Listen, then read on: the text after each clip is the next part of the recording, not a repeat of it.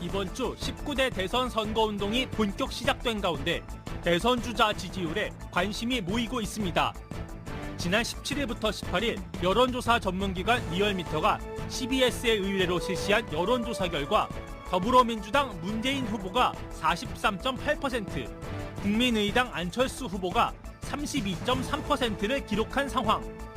이에 일각에서는 두 후보 사이의 격차가 11.5%로 벌어진 것을 두고 양강 구도가 무너지고 있는 것이 아니냐는 분석을 내놓고 있습니다. 한편 자유한국당 홍준표 후보는 10.2%를 기록하면서 열흘 전 같은 조사 대비 1.8%포인트 상승했습니다. 하지만 자신의 자전 에세이가 성폭행모의 논란에 휩싸인 상황에서 과연 지지율 상승세를 계속 유지할 수 있을지 지켜봐야 할 때입니다. 18일 앞으로 다가온 19대 대선, 지지율 추이는 어떤지 지금부터 짚어보겠습니다. 4월 20일 금요일 정봉주의 품격시대 두 번째 이슈 들어가겠습니다. 촛불 대선이 이제 앞으로 18일 남았습니다. 후보들은 전국 각지에 흩어져 유세와 정치의 행보를 이어가고 있는데요. 매주 금요일마다 주요 여론조사 결과를 통해 대선 판도를 분석해보는 시간을 갖고 있는데요. 전문가 세 분 모시고 말씀 나눠보도록 하겠습니다. 김대현 주간조선 기자 계속 자리하고 계시고요. 네. 이택수 리얼미터 대표 자리하셨습니다. 네, 안녕하세요. 네. 요즘 한철이죠? 네, 한철인데 여러 가지 또 어려움도 예. 있습니다. 저 돈 실은 배가 좀 들어오고 있습니까? 돈 실은 배가 들어오고 있는데 예. 또 모 정당에서 또 고발을 하는 바람에 네, 막고발 뭐 예. 어려움에 처해 있습니다. 오호. 국민들이 좋아하는 나이인가요? 네, 아마도. 자, 그다음 박시영 윈지코리아 컨설팅 부대표 자리하셨습니다. 네, 반갑습니다. 예. 박시영입니다. 거기는 여론조사 직접 하진 않으시죠? 합니다. 해요? 네. 예. 비공포용으로 조사를 하고 있습니다. 비공포용으로? 네. 저는 다른 여론조사 쫙 모아갖고 그거로 장사하는 줄 알았더니 그게 아닙니다. 아니군요. 네. 예. 비공포용으로 왜 해요? 예, 지금 판세가 어떤 건지 뭐 이런 것들을 종합적으로 파악하기 위해서. 이순신 여론조사. 제가 말하는 것은 예. 모든 게 데이터에 기반한 이야기입니다. 이순신 여론조사. 나의 여론조사 결과를 아무에게도 알리지 마라. 맞습니다. 예. 자, 흐름이 어떻게 되고 있나요? 이번 주 여론조사의 흐름은 예. 1, 2위 간 격차가 벌어지는 걸로. 네, 이게 아마 그 이번 주에 짚어볼 만한 그렇죠. 여론의 흐름이 아닐까 싶은데요. 그 격차가 오차 범위 안에 있다가 오차 범위를 벗어나면서 더 벌어졌죠. 1, 2위의 격차가 커지고 있는 상황인데요. 예. 지금 벌어지고 있는 그 1, 2차 토론의 영향까지 여기다가 보태진다 그러면 과연 이 벌어지는 현상이 고착화될지 어허. 아니면 이게 다시 좁혀지거나 아니면 이도 저도 아닌 부동층이 증가하거나 예, 이런 식으로 귀결될 것 같은데요. 연구 많이 하셨네. 구체적인 내용은 예. 이택수 박시영 대표님께. 예. 그럼 왜 나오셨어요? 네. 삼약은 어떻게 돼요? 삼약. 뭐 그 CBS 리얼미터가 1중 2약으로 봐야 되나? 삼약으로 봐야 되나요? 홍준표 후보 측에서는 강하게 2강 1중 2약이다. 예, 강하게 그러니까 왜 강하게 흥분제가 주장을- 생각이 나죠? 예, 네? 강하게 그러니까 왜 흥분제가 생각이 나죠? 그거는 좀 몇 년 전에 썼던 책의 예. 내용 중에 일부인데 예. 그래서 홍준표 후보가 이제 본인이 어느 정도 대세에 올라탔다는 식으로까지 얘기를 하고 있지 않습니까? 오호. 네. 어쨌든 예. 그럼에도 불구하고 10%포인트 여전히 그 밑에서나 이렇게 계속 이제 움직이고 있는 부분이라서 예. 이 부분은 이제 뭐 1중이다 혹은 3강이다라고 끼워놓고 얘기하기는 어려운 상황입니다. 예, 알겠습니다. 이 대표님, 네. 제가 굳이 삼약을 물어본 이유가 네. 어쨌든 홍준표 후보의 지지율 등락이 네. 안철수 후보와 시소처럼 묶여 있기 때문에 네. 외면하고 할 수도 없는 거 아니에요?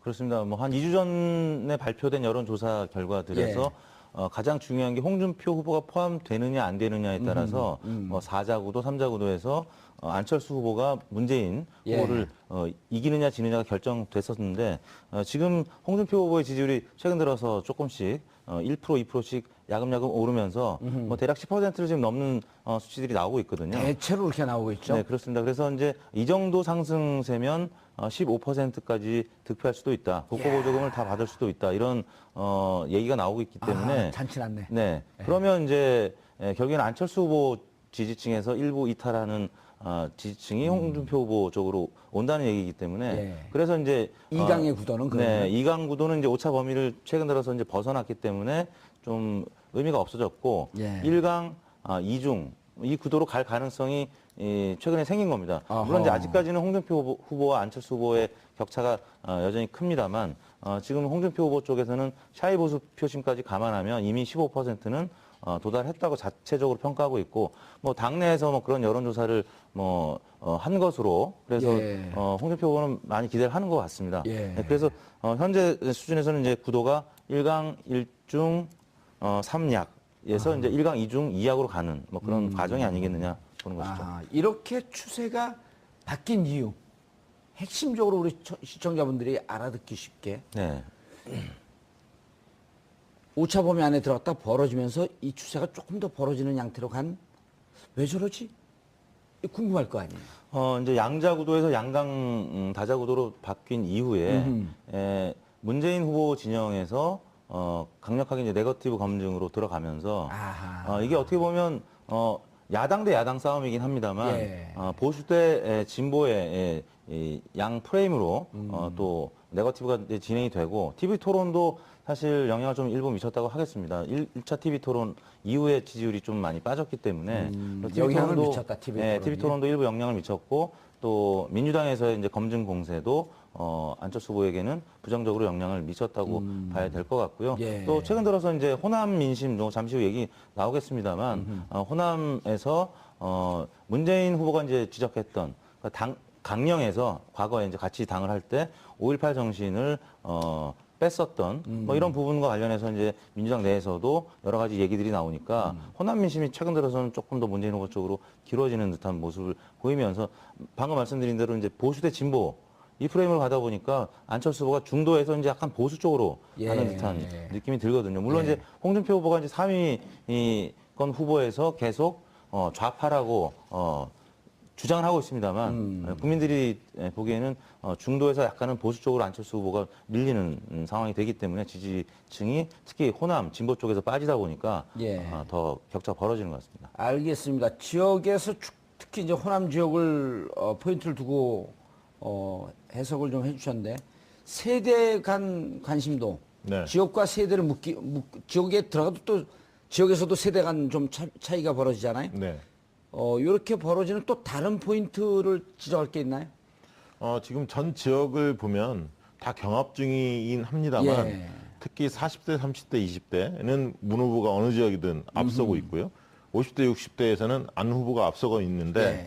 최근 이제 50대에서 두 후보 간의 격차가 거의 좁혀져 갖고 많이 따라붙었습니다. 문 후보가. 과거에는 한 열흘 전만 해도 안철수 후보가 50대에서 한 15% 정도 앞서 있는 조사들이 많이 발표가 됐는데 예. 최근 조사를 해보면 뭐 5% 거의 박빙으로 붙어 있는 그렇기 때문에 이제 전체적인 지지도 차이가 굉장히 벌어질 수밖에 없죠. 50대에서 굉장히 많이 이겨야만이 안철수 후보가 격차를 좁힐 수가 있는데 거기서 많이 좁혀지는 현상이 드러나고 있습니다. 그리고 이제 실질적으로 안 후보의 왜 지지가 좀 빠지고 문 후보의 지지가 조금 올랐느냐 본다면 이 선거운동이 본격화되면 조직력이라는 거 무시할 수 없습니다. 정당, 지지세. 그러니까 당원들이 얼마나 활동하느냐 굉장히 중요하거든요. 당이 이제 같이 뛰는 지금까지는 본격적인 선거운동하기 전까지는 후보에 대한 평가를 네. 보고 있다가 이제 선거운동에 들어가면 네. 당의 조직, 즉 당을 보면서 같이 움직여준다. 네, 그렇습니다. 그 부분이 중요하고요. 열성적인 또 지지자가 얼마나 있느냐. 아하. 온라인, 오프라인 예. 다 가동이 가능한. 그다음에 문 후보의 경우에는 생활 체감형 공약들을 문재인 1번가 정책 홍보 쇼핑몰이라는 것이 사실 대박을 쳤습니다. 문재인 1스트. 예. 그런 것들이 왜냐면 사실 주부들이나 생활공약 정책에 대해서 관심 있는 층들이 많이 늘어났습니다. 예. 과거에 비해서는 과거에는 대형 공약 중심이었다면 지금은 생활 공약 중심으로 좀 바뀌고 있거든요. 그런 부분들이 좀 소구력이 좀 있었다라고 보여지고요. 상대적으로 보면 안철수 후보에는 아까 이 대표님께서 말씀하셨듯이 깨끗한 후보라서 지지하는 이유가 가장 높았는데 네거티브 공방들이 오가면서 그 부분이 좀 퇴색됐고요. 두 번째로는 아까 세력의 열세 그리고 세 번째로는 보수와 진보의 협공이 당하면서 굉장히 입지가 좀 축소된 게 아닌가 그렇게 보여집니다. 최근에 특이한 현상은 서울 지역도 보면 자유한국당의 당원들이 굉장히 열심히 뜁니다. 왜 그런가 봤더니 내년에 지방선거가 있습니다. 그래서 지방선거 때문에 이번에 15%를 넘지 못하면 자유한국당 문 닫아야 한다. 이런 위기감이 있기 때문에 굉장히 적극적으로 뛰고 있거든요. 그래서 이 보수층한테 가있던, 그러니까 안철수, 보수층 중에 일부가 안철수 후보한테 가있던 표가 일부 홍준표 후보 쪽으로 다시 리턴하는 현상들이 영남뿐만 아니라 수도권에서도 일부 나타나기 시작했다. 이렇게 보여집니다. 자, 1, 2차 토론회의 결과가 이제 이번 주 여론조사 반영이 될 텐데 네. 어떻게 보세요? 그 취재를 해보면 좀 그게 영향이 있을까요? 아니면 그냥 내가 지지하는 후보 이미 다 메이드 됐으니까 그냥 쭉 간다. 근데 지금 부동층은 상대적으로 조금 늘어났잖아요. 네, 그렇습니다. 예. 안철수 후보를 지지하는 층이 부동층으로 옮겨가고 있기 때문이 아닌가 싶은데요.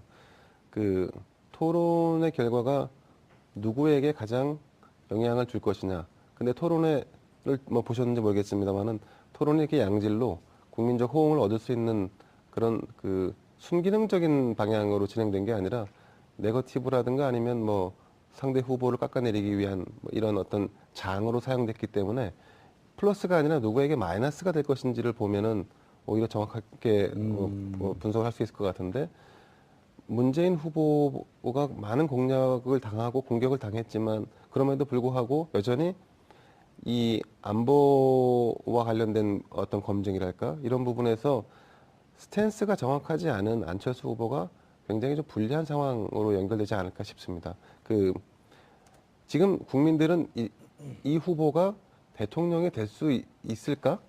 이 후보가 과연 대한민국을 이끌 수 있을까?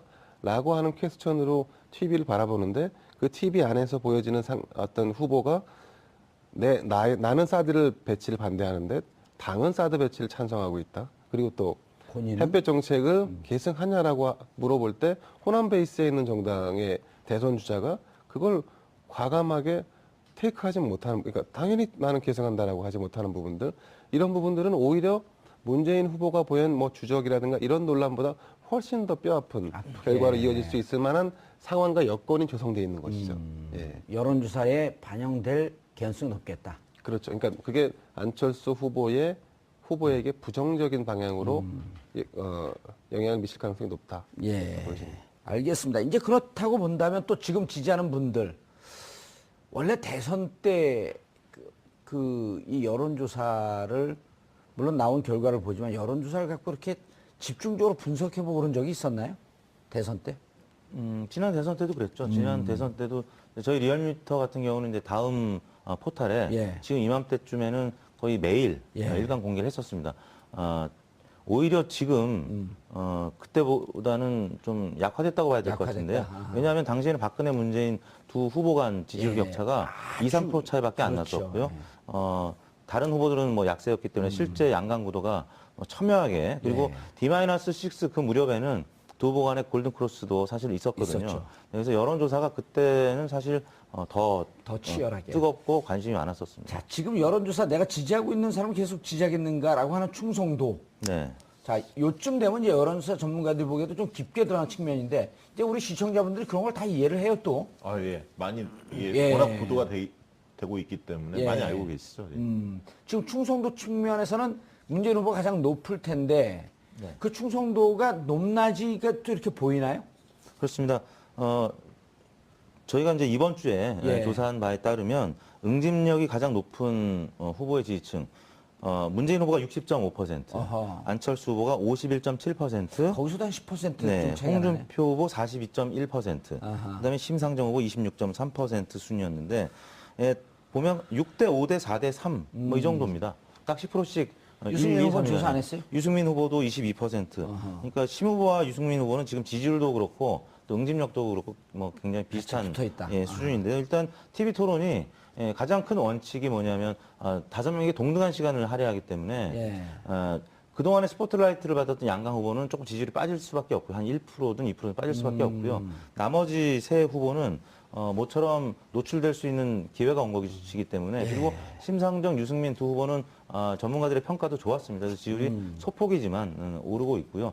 그다음에 홍준표 후보 같은 경우는 여러 가지 이제 노이즈 마케팅 차원에서 뭐 굉장히 이제 우스운 얘기들이지만 그 돼지 관련된 그 우스운 얘기 아니에요. 그 여성분들에게는 그렇죠. 치명적이에요. 예. 예. 그리고 설거지. 그러면서 예. 지난번에 세탁기 뭐 계속 그 유권자들한테 예. 실소이건 아니면 진짜 웃기는 얘기건 유권자들은 이제 웃게 만들었기 때문에 그 자체가 노이즈 마케팅 차원에서 지지율의 상승에는 지금까지는 영향을 미쳤습니다. 그리고 그 돼지 흉문제 같은 경우는 사실 이제 홍준표 후보를 지지하는 지지 이유가 오늘 발표된 한국갤럽 조사 결과를 보면 대북 안보가 21% 가장 높은데 그 다음이 결단력, 그다음에 박력 뭐 이런 약간 거친 마초적인 이유 때문에 홍준표 후보를 지지하는 것이거든요. 물론 이제 저희 리얼미터 조사에서는 남성보다는 여성이 홍준표 후보를 조금 더 지지하는 것으로 나왔는데 이번에 그 사건 때문에 좀 빠질까요? 빠질 가능성이 있는 것이죠. 여성 유권자들은 이번에 큰 실망을 했을 가능성이 있죠. 그러면 치명적인 거죠. 네네. 그리고 갤럽에서 오늘 발표한 거 보니까 여성 지지율이 뭐 10대 8로 남성보다는 좀 떨어진 상태인데 그보다 이제 더 떨어진다라고 하면 홍준표 후보가 10에서 이제 15%로 가고 있는 중이었는데 가던 저지선을 예. 10에서 쳐놓고 치고 올라가야 되는데 네. 오히려 10이 무너질. 잠깐 멈칫할 가능성이 있습니다. 저는 뭐 큰 영향은 없을 거라고 봅니다. 홍준표 후보의 지지층이 우리 여성분들이 지금 많이 먹었는데 실수하는 거예요. 아니 그게 아니라요. 그 객관적으로 실제로 봤을 지지도의 영향은 크진 않을 거다. 사회적으로 판단이 왜냐하면 크더라도 이게 오름세가 있었기 때문에 예. 그 오름세가 지금 주춤하는 정도이지 꺾일 정도는 아니다라는 생각입니다. 아까 이제 TV 토론회도 안철수 후보의 경우에 상당히 1차 토론회보다는 잘했습니다. 전체적으로 여유가 있었고요. 하지만 지지율에 큰 변동 없이 좀 빠질 가능성도 있다고 보여지는 건 뭐였냐면 추가 기울었거든요. 서서히 문재인 후보의 격차가 기울어지는 상황에서 그것을 막아낼 정도, 반전을 시킬 정도의 잘했느냐? 그건 아니라는 거죠. 그렇기 때문에 일부 잘한 면도 있고 못한 면도 있지만 예. 오히려 보수층 중에 일부가 홍준표 후보 쪽으로 빠졌을 가능성이 있다. 예. 이제 그렇게 보여지는 거죠. 저는 TV 토론을 하면 할수록 그 홍준표 후보의 지지율이 좀 떨어질 가능성이 좀 있고 상대적으로 유승민 후보의 지지율이 좀 오를 가능성이 있지 않나 싶습니다. 그 어쨌든 대중은 합리적인 후보를 원하는데 합리성이 아니라 이제 아까 말씀하신 대로 뭐 세탁기부터 시작된 그런 발언들이 결국은 이 후보가 이끄는 정당을 과연 지지할 수 있느냐에 대한 퀘스천으로 이어지지 않을까 싶습니다. 저는 그 생각이 좀 다릅니다. 왜냐하면 예. 홍 후보를 지지하는 것은 홍 후보의 개인만을 보고 지지하는 게 아니라 보수 정당의 대표성을 가지고 있는 보수층에서 볼 때는 바른정당이냐 자유한국당이냐 이 둘을 평가하는 부분이 있는 거죠. 그러니까 개인으로 본다면 말씀하신 대로 유승민 후보에 대해서 저 합리성을 부여하겠지만 보수 정당 전체가 다 무너지는 상황에서 누군가의 대표성을 가진 데를 지켜야 한다는 심리가 있는 거예요. 그렇기 예. 때문에 영남에서 TK나 이런 데서 PK나 홍 후보가 지지가 오른 거는 홍 후보 개인에 대한 지지보다는 자유한국당, 보수 정당을 지켜야 한다. 이런 여론이 저는 밑바탕이 깔려 있다고 보기 때문에 홍 후보의 지지가 쉽게 꺼지진 않을 거다. 저는 그렇게 봅니다. 알겠습니다. 자, 리서치 여론조사 결과를 좀 인용을 해야 되는데 리얼미터 대표님을 모시고 리서치. 괜찮습니다. 괜찮습니까? 네. 표정은 어두운데. 아니, 어제 배종찬 본부장이랑 또 저녁도 같이. 여기 리서치는 또 코끼리 회사예요? 네, 코끼리 회사. 자, 그래서 이제 왜 그러냐면 지금 계속 우리가 지적을 하지만 안철수 후보의 지지는 이 시소관계에 있단 말이에요. 호남에서 끌어오기 위해서 호남 공략을 하면 보수층의 지지인 대구 경북 쪽에서 좀 빠지고 그럼 대구 경북 가서 공을 들이면 호남에서 빠지고 근데 이제 이번에 결정적인 게 햇볕 정책이기 때문에 아까도 말씀하셨지만 그리고 나갖고 보면은 검증 국면이 한 파도를 넘어왔는데 넘어오자마자 바로 또 햇볕 정책 왜 계승자이냐라고 하는 게 광주 호남에서 충격파로 빡 왔어요. 네. 그러고 보니까 이제 한 10포인트 정도 차이 났다. 리서치는 거의 20포인트 이상 벌어지는 네. 호남에서 요건 어떻게 해석을 해야 돼요? 저희 리얼미터 조사는 어제 한 10%포인트를 예. 약간 상회하는 격차로 문재인 후보가 앞섰는데 오늘 리서치 조사 결과를 보니까 한 20%포인트. 그러니까. 지금 이제 물론 그 안철수 후보 진영에서는 지금 1000명 기준하면 호남 인구가 100명밖에 안 되기 때문에 의미 표지 없다? 오차가 뭐 워낙 크죠. 한 10%포인트 정도는 표지 오차가 되니까 의미가 없다라고 할 수는 있겠습니다만 지금 리서치의 조사 결과는 지금 20%를 넘는 수준이기 때문에 의미가 없다고 할 수가 없습니다. 그런 차원에서는 지금 호남 지역에서 약간 진보 성향의 예. 표가 지금 날아가고 있는 거고 또 한편으로 말씀하셨던 대구 경북에서는 홍준표 지사의 쪽으로 가고 있고. 지지율이 지금 올라가고 있으니까 그쪽에서는 또 홍준표 후보한테 지지율이 빼앗기고 있고 그러다 보니까 지금 대략 10%포인트 안팎의 격차로 벌어진 것 같습니다. 박 부대표님, 네. 문제는 근데 이제 아픈 사건이 있네요. 철수 산악회. 네. 광주 지부가 안철수 지지를 철회하겠다. 그럼 네. 문재인 후보를 지지한다. 이게 햇볕 정책 이후 나온 거란 말이죠. 네, 그렇죠. 그 문제도 있고 예. 실제로 지금 호남 민심이 약간 문 후보 쪽으로 기울고 있거든요. 왜요? 왜냐하면 이제 이게 여러 가지 이유가 있는데 어쨌든 이런 햇볕 정책과 관련된 부분도 있지만 예. 전체적으로 보수 세력한테 지지를 받는 이런 어떤 불안정한 약간 정권 교체에 대한 성격을 봤을 때 문재인 후보의 경우에는 민주당 지지층을 중심으로 집권하는 게 아닙니까? 그렇죠. 그런데 안철수 후보가 집권을 했을 때 정권 교체이긴 하지만 그것이 이제 보수 세력들의 지지를 얻고 정권을 교체하기 때문에 좀 찜찜한 구석이 좀 있거든요. 호남 사람들이 볼 때는 둘 다 괜찮지만 어느 쪽이 좀 더 낫느냐라는 게 심리적으로 깔려 있는데 그런 측면에서의 문재인 후보 쪽으로 좀 더 기울어가고 있다. 이제 그 와중에 이런 햇볕 정책과 관련된 논란까지 커져서 좀 더 격차가 커질 가능성이 있는데 지역별로 보면 전북에서의 격차가 제일 큰 것 같아요. 문 어허. 후보, 안 후보. 예. 두 번째는 이제 광주. 그리고 세 번째는 전남. 약간 소지역별로는 좀씩 차이가 보이고 있고요. 아직 이렇게 1000명을 조사했을 경우에는 샘플 수가 워낙 적기 때문에 의미를 부여하기는 어렵습니다만 대체적으로 지금 바닥의 민심은 좀 문재인 후보가 좀 앞서가는 그런 예. 양상을 보이고 있다고 보여집니다. 이 대표님, 네. 충북 지역에서 여론조사 한 개 나왔어요? 네. 이거 KBS 청주 방송총국이 한국 방송국 이름 갤럽에 얘기하면 안 돼요. 예, K모 의뢰했습니다. 네. 경쟁사인가요? 여기요? 네. 아니요, 이미 따라잡았어요. 아, 그래요? 여론조사 안 해보셨나요? TBS, KBS 양강 구도가 아니라 이제 TBS 일강. 일강, KBS 일강 일약 일중, 구도. 예. 일중도 아니에요, 일강 일약. 예. 아무튼 그 K본부에서 조사를 한 내용인데요. 예.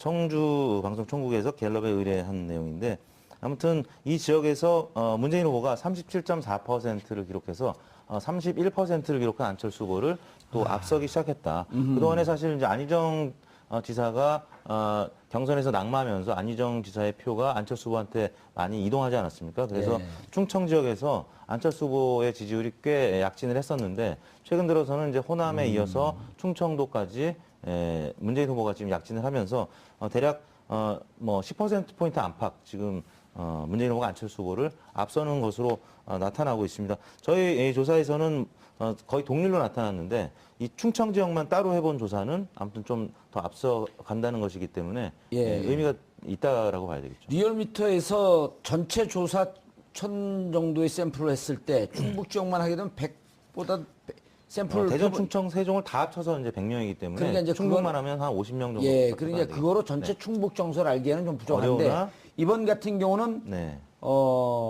청주 방송총국 인략으로 평가받고 있는 K 청주 방송총국에서 1000명, 1041명 의미 있는 거죠. 굉장히 의미 있습니다. 왜냐하면 저는 이제 방송사, 언론사에서 안심번호를 도입했던 것은 이게 최초거든요. 아, 안심번호를 했나요? 네, 그렇습니다. 그러니까- 안심번호가 뭔지 예. 우리 시청자분들 간단히 설명해 주시고. 예, 통신사에서 그 이동 전화 번호를 선관위를 통해서 제공하는 겁니다. 우리가 보통 택배 같은 경우 받을 때 예. 그 신원이 노출될 수 있기 때문에 개인의 정보가 가상 번호로 찍혀 있거든요. 그래서 선관위를 통해서 이동통신사 받게 돼 있는데 그럼 충북 지역만 온전히 받게 되는 그렇죠. 거죠. 그래서 그게 83% 그리고 유선전화 RDD로 17%를 했다는 겁니다. 예. 이거 굉장히 해당 지역의 유무선을 적재적소에 좀 섞어서 한 건데요. 왜냐하면 그렇기 때문에 좀 신뢰도 높은 거 아닌가. 그래서 다른 지역들도 언론사들이 이렇게 안심번호를 신청해서 해봐야 된다. 받아서 조사하는 것이 좀 더 오차를 줄일 수 있다. 그렇게 예. 생각이 듭니다. 우리 TBS에서 안심번호를 받아갖고 네. 수도권, 네. 서울, 경기, 인천을 따로따로 한번 해봐야겠어요. 네. 어느 회사에서 하겠어요? 저희가 하겠습니다. 입찰하겠습니다. 네. 예. 그렇죠. 그다음에 이렇게 정답. 예. 여기가 더 쭉. 여기가 하나만, 좀. 예. 하나만 더 얘기하면 역대 선거에서 충북에서 이긴 사람들이 대통령을 다 거머쥐었습니다. 이게 굉장히 중요한 겁니다. 신뢰성을 높여서 따가려고 그러는 거죠. 여론조사를. 어떻게 알았어요? 자, 이렇게 사실 좀 근접해 가고 있는 게 저는 우리 유권자분들에게 의미를 좀 줄 것 같거든요. 왜냐하면 지금 사람들이 어떻게 생각하지? 불안하잖아요. 여론조사는 저한테도 연락이 많이 와요. 여기저기서 다른 여론조사가 쏟아지는데 있는 그 회사에다가 요청을 해서 거기도 방송국이 있으니까 지역별로 돈이 좀 들어갑니다. 아, 그렇습니까? 예, 조건부인데 한번 이러면 또 조건부 딱지를 띌 수도 있지 않을까. 무슨 말씀이시죠? 모르겠어요.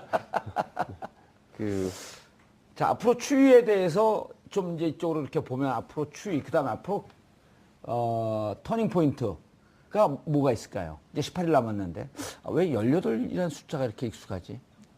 터닝 포인트라면 뭐 변수를 말씀하시는 그렇죠. 거겠죠? 예.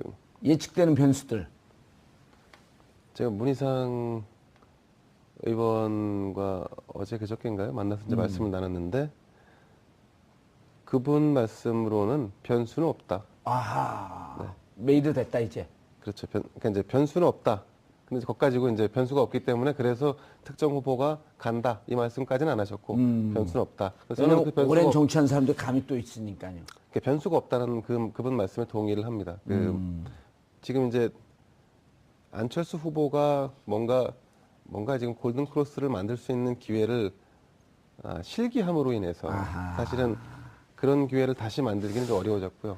그리고 이제 애초부터 사실은 여론조사 전문가 두 분 계시지만 여론조사가 기대감으로 인해서 그 반짝 1위 후보를 넘어서는 걸로 비춰졌지만 실제적으로 내용면에서는 사실은 그렇지 않았던 거였거든요. 실제로 보면. 예. 그러니까 검증이나 아니면 그 안철수 후보의 기세를 꺾기 위한 여러 가지 이제 뭐 정치적인 어떤 공격 포인트들이 있긴 했지만 실제적으로 보면 그거보다 더 중요한 것은 선거가 진행되면 본격적인 선거가 진행되면 아까 말씀하신 대로 조직이라든가 기존 그 정치권이 가지고 있는 그 힘이 그야말로 폭발하는 거잖아요. 근데 40석의 소수 정당이 가지고 있는 한계는 사실은 뭐 기존에 우리가 예상했던 대로 상대적으로 민주당에 이제 밀리고 있는 상황이 이제 나타나고 있는 거고 유권자들도 가장 눈에 많이 띄는 사람, 눈에 많이 띄는 후보, 눈에 많이 띄는 정당을 선호하는 것이 점점 더 강해지는 거죠. 알겠습니다. 이택수 대표님, 자 안철수 후보가 본격 선거운동에 오면서 휘청휘청하게 되면서 치고 올라갈 그 모멘텀을 놓쳤단 말이에요. 네. 자 그런데 가장 중요한 거는 40석이라고 하는 약체 정당이라고 하는 것도 있지만 어쨌든 시작점이 된 게 본인이 병설 단설 유치원에 대한 본인의 발언, 네. 그다음에 본인의 검증 과정. 그럼 누구를 탓할 것도 없고 살아온 인생을 탓할 수밖에 없는 거거든요. 네. 앞으로 검증 국면에 가면서 만약에 또 다른 돌발 요소가 나온다고 한다면 네. 이미 문재인 후보 같은 경우는 5년 전에 아주 통렬한 검증 과정을 거쳤단 말이에요. 네. 안철수 후보에게 이런 검증하면서 또 악재가 나온다면 뭐 지금 대략 부동층이 이렇게 10% 물을 때는 이유가 있는 물음이거든요. 네네. 예. 10에서 15% 정도의 이제 부동층이 남아 있는데 예. 실적으로 이제 부동층 분석을 과거 5년 전에도 해봤을 때 어느 정도 마음에 이제 결정을 다 한 분들이 그 중에서도 또 다수거든요. 그러니까 부동층 10에서 15를 보면은 네. 한 3, 40%는 이미 결정했는데 아직 조금 마지막 점검을 하고 네, 있는 네. 중이고 나머지 분들은 좀 덜 결정하고 이렇게 네. 분화된다 이런 거죠. 네. 그렇기 때문에 이제 남아있는 변수들이 예. 이제 많지 않습니다. 방금 이제 김대영 기자님도 말씀하셨지만, 뭐 예를 들어 단일화 연대를 막판에 투표 이제 하기 전에 할 수도 있겠지만, 예. 만약에 보수 후보로 단일화되면 진보표가 빠져나가고 또 아하. 그 약간 중도 후보가 또 단일화 후보가 되면 보수 표심이 또 나갈 수도 있고 그렇기 때문에 안철수 후보가 얘기하는 사실상의 단일화로 지금 계속 갈 수밖에 없는 구조인데 과연 그게 가능하겠느냐라는 문제고요. 두 번째는 TV 토론도 사실은 지난주에 한 조사에 따르면 TV 토론 1차 TV 토론을 보고 후보를 바꿨다는 게 2.6%밖에 안 나왔어요. 어허. 그렇기 때문에 이제 전통적으로 이제 강화 효과가 있었는데 이번 선거에서도 그런 것 같고요. 마지막으로 이제 말씀하셨던 이제 개인과 관련된 갑자기 드러나는 돌출적인 악재. 예. 저희가 뭐 사실 그저께만 해도 돼지발정제가 검색어에 오를 거라고는 아무도 예상 못했잖아요.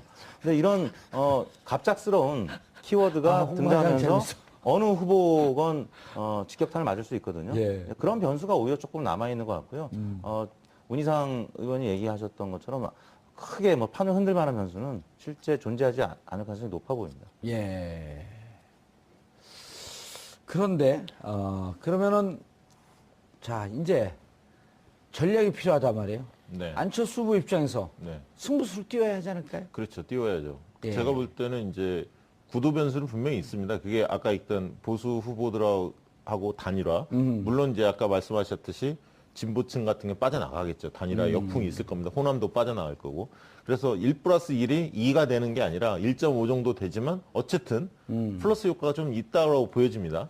그 부분이 하나가 있을 것 같고 두 번째 그것만 가지고는 안 된다. 그러면 결국 20대에서 반란이 일어나야 된다. 저는 그렇게 봅니다. 그러니까 20대에서 지금 그 부동층이 거의 20% 가까이 높습니다. 20대가요? 그렇습니다. 60대하고 20대가 부동층이 제일 큰데 이 20대가 문재인 후보가 우세하거든요. 예. 이 부동층을 상당 부분 안철수 후보가 흡수를 만약에 한다면 아까 그 단일화와 20대를 끌어들일 수만 있다면 싸움이 될 수도 있습니다. 물론 저는 그거는 굉장히 희망사항이라고 보지만 쉽지는 않을 것 같지만 변수는 그런 부분이 아닌가. 그리고 이제 문재인 후보 측의 여러 악재들이 만약에 쏟아진다면 그 부분이 막판 변수가 될 수 있다고 보고 다만 지금 본다면 아까 충성도에서 악재가 있다는 거예요, 없다는 거예요? 아니 아직은 발견되지 않았는데 왜냐하면 안보 이슈는 큰 변수가 아닐 거라고 보기 때문에 지금 지지 구조 자체가 워낙 안철수 후보가 안 좋습니다. 왜냐하면 충성도 자체 계속 지지 의향이 문재인 후보 지지층이 견고하고 지지율도 앞서 있고 예. 적극 투표층을 해보면 단순 지지도보다도 더 벌어집니다. 적극 투표층에서. 왜냐하면 투표율 자체가 진보층이 더 적극적이기 때문에 예. 더 벌어집니다. 사실은 단순 지지도. 예를 들면 단순 지지도가 10% 차이가 났다. 양 후보 간에. 적극 투표층을 보면 13, 14% 차이로 벌어지고 있거든요. 예. 그렇기 때문에 지금 뒤집기는 상당히 어려운 국면입니다만 그러나 앞으로 열흘간 다음 주말까지가 거의 여론이 결정되는 시기입니다. 다음 주말을 지나면 사전투표 기간으로 들어가고요. 실질적으로 바뀔 가능성이 거의 없습니다. 그래서 남은 시간 열흘간 어떤 변수들이 있느냐 예. 여기에 따라서 약간 달라지긴 하겠습니다만 큰 판세 변화는 없을 것 같다. 그냥 이런 생각을 한번 해봤는데요. 우리가 통상적으로 이제 변수 얘기를 하면 안철수 후보를 중심으로 한 연대나 뭐 단일화 이렇게 생각을 하지 않습니까?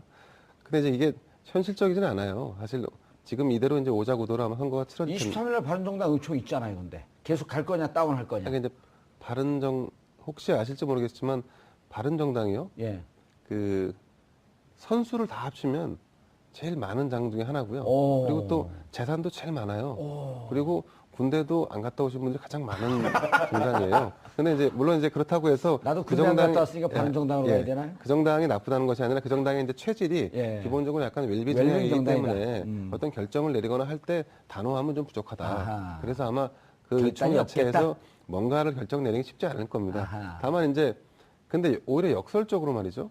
그 변수라고 이게 혹시 변수가 될 수 있다면 이 가설이 말이죠. 그 안철수 후보가 민주당과 선거 이후에 합당을 하겠다라고 던진다면 오호. 그러면 지금 선거의 결정을 어떻게 하냐? 우리는 어차피 같이 간다. 정권 교체의 큰 틀 아래서 같이 움직인다. 인물을 보고 해줘라. 인물을 보고 누가 더 나을 것이냐. 누가 더 그러니까 비호감이 강하냐, 예. 덜하냐. 이 차이로 혹시 이게 가능하다면 차라리 오히려 여기서 꺾을 수 있는 여지가 생기지 나머지를 다 뭉뚱그려서 나를 중심으로 해서 문 후보가 상대하겠다. 그렇게 하더라도 아마 그가 굉장히 성과가 바람직하지는 않을 겁니다. 예. 저렇게 되면 대구 경북은 다 빠지겠는데. 예, 그런 면은 있는데 예. 지금 잘 보셔야 할 게 호감도 조사를 해보면 예. 과거에는 안철수 후보가 우세했습니다. 호감도가. 그러나 최근에 안철수 후보의 네거티브 검증으로 호감도가 조금 약화됐고요. 그래서 최근 조사해보면 문재인, 안철수 호감도가 거의 비슷해졌습니다. 그래서 예. 이건 이제 일종의 가정을 예, 얘기한 겁니다. 알겠습니다. 다음 주에 또 일주일 결과 딱 모아서 풀어놓을 재산을 많이 가져와서 그래야지 어디로 갈지 우리가 결정을 하거든요. 여론조사를. 예, 돈이 되는 하긴 방송. 하는 겁니까? 하고 싶지 않아요? 자, 대선이 18일 앞으로 다가왔습니다. 공식 선거운동이 시작되고 맞이하는 첫 번째 주말입니다. 어떤 대통령을 선택할지 곰곰이 살펴볼 수 있는 시간이기도 합니다. 지금 우리 사회의 이 혼란의 원인은 대통령에게 있었지만 그런 대통령이 나오기까지는 깊은 사리 없이 행사했던 우리 잘못된 주권의식이 출발점이었다는 것을 부인할 수도 없습니다. 그릇된 지역감정, 철저한 색깔 논쟁, 근거도 찾을 수 없는 진보 보수라는 대립구도, 국가의 앞날과 우리 삶에 대한 고민보다는 이런 의미 없는 국민 대립감정이 투표의 중요 근거였으며 어찌 보면 이를 이용했던 정치인들에게 휘둘렸음을 부인할 수 없을 것입니다. 이제 그 고리를 끊어야 하겠습니다. 우리 삶을 위해서, 우리 미래를 위해서, 우리 자손의 앞날을 위해서 더 똑똑해지고 더 깨어있는 시민으로 거듭나야 할 것입니다. 그리고 바로 그것이 촛불 정신의 완성임을 잊지 말아야 하겠습니다. 주말 함께 고민하는 시간을 갖기 바라겠습니다. 4월 21일 금요일 정봉주의 품격시대 마치겠습니다. 감사합니다. 깨끗한 후보라서 지지하는 이유가 가장 높았는데 네거티브 공방들이 검증에 들어가면서. 오가면서 그 부분이 좀 퇴색됐고요. 두 번째로는 아까 세력의 열세, 그리고 세 번째로는 보수와 진보의 협공이 당하면서 굉장히 입지가 좀 축소된 게 아닌가 그렇게 보여집니다. 최근에 특이한 현상은 서울 지역도 보면 자유한국당의 당원들이 굉장히 열심히 뜁니다. 왜 그런가 봤더니 내년에 지방선거가 있습니다. 그래서 지방선거 때문에 이번에 15%를 넘지 못하면 자유한국당 문 닫아야 한다. 이런 위기감이 있기 때문에 굉장히 적극적으로 뛰고 있거든요. 그래서 이 보수층한테 가있던, 그러니까 보수층 중에 일부가 안철수 후보한테 가있던 표가 일부 홍준표 후보 쪽으로 다시 리턴하는 현상들이 영남뿐만 아니라 수도권에서도 일부 나타나기 시작했다. 그렇게 보여집니다. 자, 1, 2차 토론회의 결과가 이제 이번 주 여론조사 반영이 될 텐데 네. 어떻게 보세요? 그 취재를 해보면 좀 그게 영향이 있을까요? 아니면 그냥 내가 지지하는 후보 이미 다 메이드 됐으니까 그냥 쭉 간다. 근데 지금 부동층은 상대적으로 조금 늘어났잖아요. 네, 그렇습니다. 예. 안철수 후보를 지지하는 층이 부동층으로 옮겨가고 있기 때문이 아닌가 싶은데요. 그 토론의 결과가 누구에게 가장 영향을 줄 것이냐. 근데 토론회를 뭐 보셨는지 모르겠습니다만은 토론이 이렇게 양질로 국민적 호응을 얻을 수 있는 그런 그 순기능적인 방향으로 진행된 게 아니라 네거티브라든가 아니면 뭐 상대 후보를 깎아내리기 위한 뭐 이런 어떤 장으로 사용됐기 때문에 플러스가 아니라 누구에게 마이너스가 될 것인지를 보면은 오히려 정확하게 뭐 분석을 할 수 있을 것 같은데 문재인 후보가 많은 공략을 당하고 공격을 당했지만 그럼에도 불구하고 여전히 이 안보와 관련된 어떤 검증이랄까 이런 부분에서 스탠스가 정확하지 않은 안철수 후보가 굉장히 좀 불리한 상황으로 연결되지 않을까 싶습니다. 그 지금 국민들은 이 후보가 대통령이 될 수 있을까? 이 후보가 과연 대한민국을 이끌 수 있을까? 라고 하는 퀘스천으로 TV를 바라보는데 그 TV 안에서 보여지는 어떤 후보가 나는 사드를 배치를 반대하는데 당은 사드 배치를 찬성하고 있다. 그리고 또 본인은? 햇볕 정책을 계승하냐라고 물어볼 때 호남 베이스에 있는 정당의 대선 주자가 그걸 과감하게 테이크하지 못하는, 그러니까 당연히 나는 계승한다라고 하지 못하는 부분들, 이런 부분들은 오히려 문재인 후보가 보인 뭐 주적이라든가 이런 논란보다 훨씬 더 뼈아픈 결과로 이어질 수 있을 만한 상황과 여건이 조성되어 있는 것이죠. 예. 여론조사에 반영될 개연성이 높겠다. 그렇죠. 그러니까 그게 안철수 후보에게 부정적인 방향으로 영향을 미칠 가능성이 높다. 예. 보여집니다. 알겠습니다. 이제 그렇다고 본다면 또 지금 지지하는 분들, 원래 대선 때 이 여론조사를, 물론 나온 결과를 보지만 여론조사를 갖고 그렇게 집중적으로 분석해보고 그런 적이 있었나요? 대선 때? 지난 대선 때도 그랬죠. 지난 대선 때도 저희 부동층이 증가하거나 예, 이런 식으로 귀결될 것 같은데요. 연구 많이 하셨네. 구체적인 내용은 예. 이택스 박시영 대표님께. 그럼 왜 나오셨어요? 네. 삼약은 어떻게 돼요? 삼약. 뭐그 CBS 리얼미터가 1중 2약으로 봐야 되나요? 삼약으로 봐야 되나요? 홍준표 후보 측에서는 강하게 2강 1중 2약이다. 예, 강하게 그러니까 왜 흥분제가 생각이 나죠? 예, 네. 강하게 그러니까 왜 흥분제가 생각이 나죠?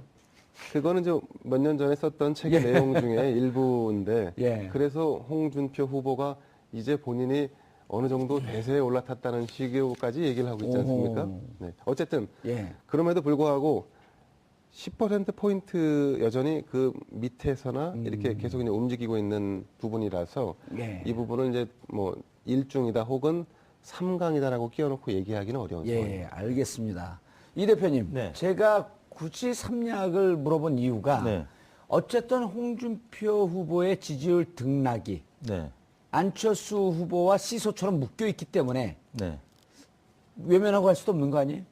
그렇습니다. 뭐 한 2주 전에 발표된 여론조사 결과들에서 가장 중요한 게 홍준표 후보가 포함되느냐 안 되느냐에 따라서 뭐 4자 구도, 3자 구도에서 안철수 후보가 문재인 예. 후보를 이기느냐 지느냐가 결정됐었는데 지금 홍준표 후보의 지지율이 최근 들어서 조금씩 1% 2%씩 야금야금 오르면서 뭐 대략 10%를 지금 넘는 수치들이 나오고 있거든요. 대체로 이렇게 나오고 있죠. 네, 그렇습니다. 그래서 이제 이 정도 상승세면 15%까지 득표할 수도 있다. 국고보조금을 다 받을 수도 있다. 이런 얘기가 나오고 있기 때문에 잔치 났네. 네. 그러면 이제 결국에는 안철수 후보 지지층에서 일부 이탈하는 지지층이 홍준표 후보 쪽으로 온다는 얘기이기 때문에 예. 그래서 이제 이강의 구도는 그러면? 네, 이강 구도는 이제 오차 범위를 최근 들어서 이제 벗어났기 때문에 좀 의미가 없어졌고 예. 1강, 2중 이 구도로 갈 가능성이 최근에 생긴 겁니다. 물론 이제 어허. 아직까지는 홍준표 후보와 안철수 후보의 격차가 여전히 큽니다만 지금 홍준표 후보 쪽에서는 샤이 보수 표심까지 감안하면 이미 15%는 도달했다고 자체적으로 평가하고 있고 뭐 당내에서 뭐 그런 여론조사를 한 것으로 그래서 예. 홍준표 후보는 많이 기대를 하는 것 같습니다. 예. 네, 그래서 현재 수준에서는 이제 구도가 1강 1중 3약에서 이제 1강 2중 2약으로 가는 뭐 그런 과정이 아니겠느냐 보는 것이죠. 이렇게 추세가 바뀐 이유 핵심적으로 우리 시청자분들이 알아듣기 쉽게 네. 오차 범위 안에 들어갔다 벌어지면서 이 추세가 조금 더 벌어지는 양태로 간 왜 저러지?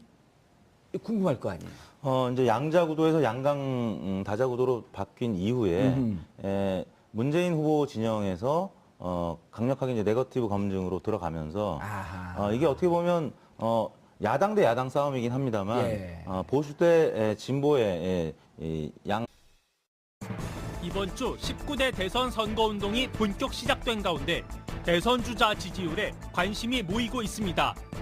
지난 17일부터 18일 여론조사 전문기관 리얼미터가 CBS의 의뢰로 실시한 여론조사 결과 더불어민주당 문재인 후보가 43.8%, 국민의당 안철수 후보가 32.3%를 기록한 상황. 이에 일각에서는 두 후보 사이의 격차가 11.5%로 벌어진 것을 두고 양강 구도가 무너지고 있는 것이 아니냐는 분석을 내놓고 있습니다. 한편 자유한국당 홍준표 후보는 10.2%를 기록하면서 열흘 전 같은 조사 대비 1.8%포인트 상승했습니다. 하지만 자신의 자전 에세이가 성폭행모의 논란에 휩싸인 상황에서 과연 지지율 상승세를 계속 유지할 수 있을지 지켜봐야 할 때입니다. 18일 앞으로 다가온 19대 대선, 지지율 추이는 어떤지 지금부터 짚어보겠습니다. 4월 21일 금요일 정봉주의 품격시대 두 번째 이슈 들어가겠습니다. 촛불 대선이 이제 앞으로 18일 남았습니다. 후보들은 전국 각지에 흩어져 유세와 정치의 행보를 이어가고 있는데요. 매주 금요일마다 주요 여론조사 결과를 통해 대선 판도를 분석해보는 시간을 갖고 있는데요. 전문가 세 분 모시고 말씀 나눠보도록 하겠습니다.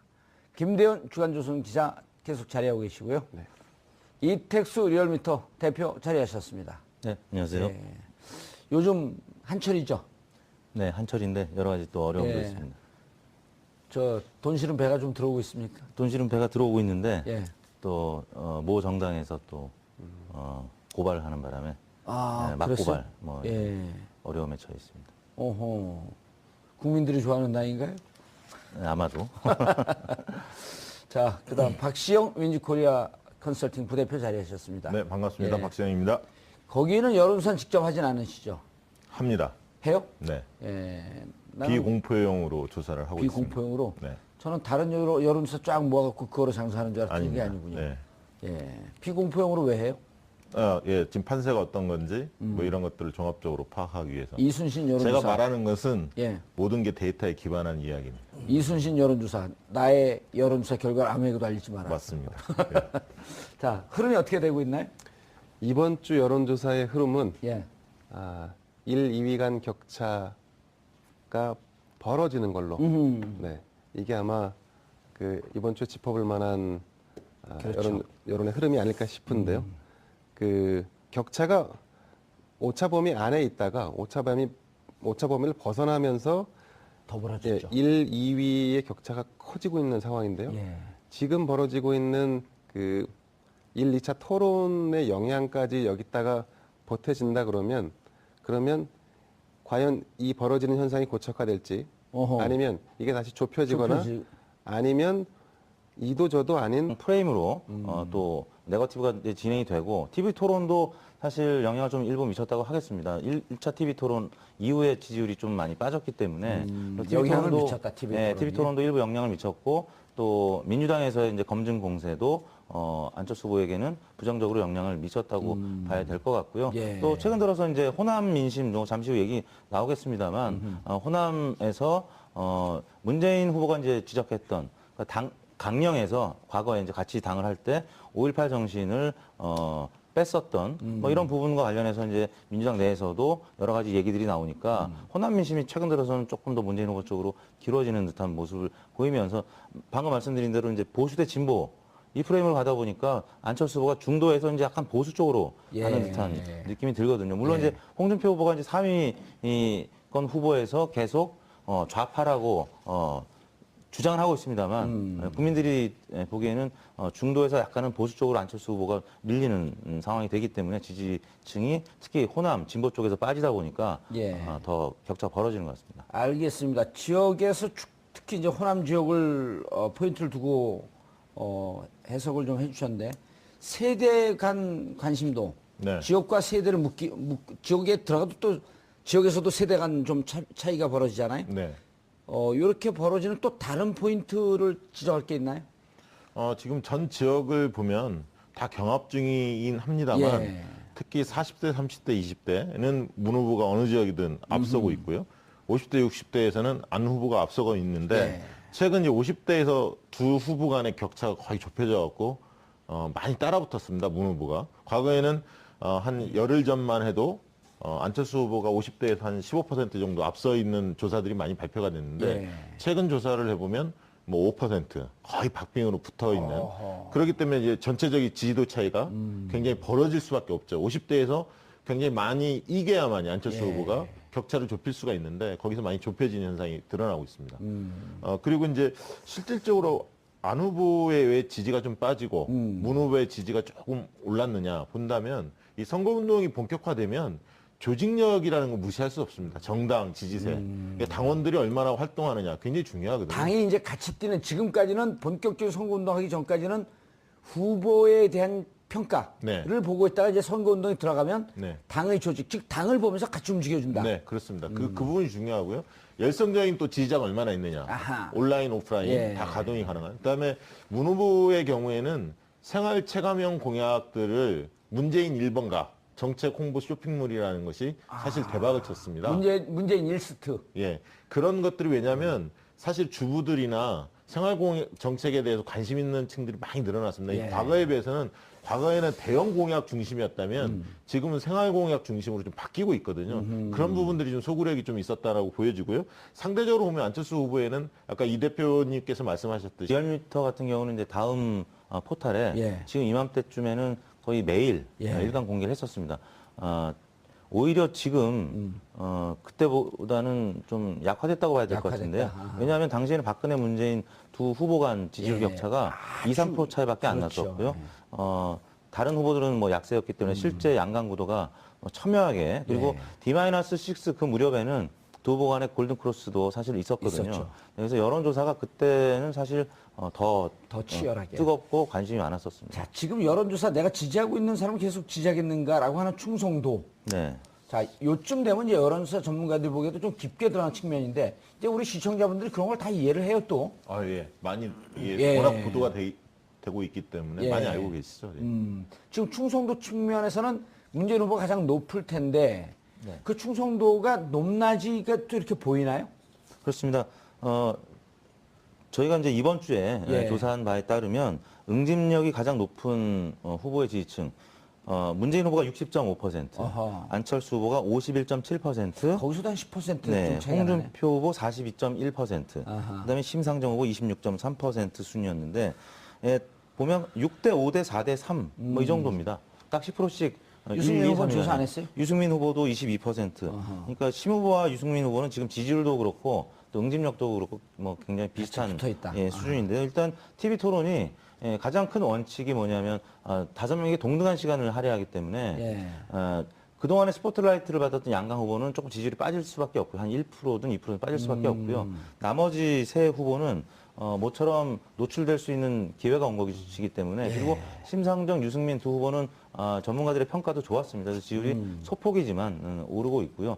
그다음에 홍준표 후보 같은 경우는 여러 가지 이제 노이즈 마케팅 차원에서 뭐 굉장히 이제 우스운 얘기들이지만 그 돼지 관련된 그 우스운 얘기 아니에요. 그 여성분들에게는 그렇죠. 치명적이에요. 예. 예. 그리고 설거지. 그러면 지난번에 세탁기 뭐 계속 그 유권자들한테 예. 실소이건 아니면 진짜 웃기는 얘기건 유권자들은 이제 웃게 만들었기 때문에 그 자체가 노이즈 마케팅 차원에서 지지율의 상승에는 지금까지는 영향을 미쳤습니다. 그리고 그 돼지 흉문제 같은 경우는 사실 이제 홍준표 후보를 지지하는 지지 이유가 오늘 발표된 한국갤럽 조사 결과를 보면 대북 안보가 21% 가장 높은데 그 다음이 결단력, 그다음에 박력 뭐 이런 약간 거친 마초적인 이유 때문에 홍준표 후보를 지지하는 것이거든요.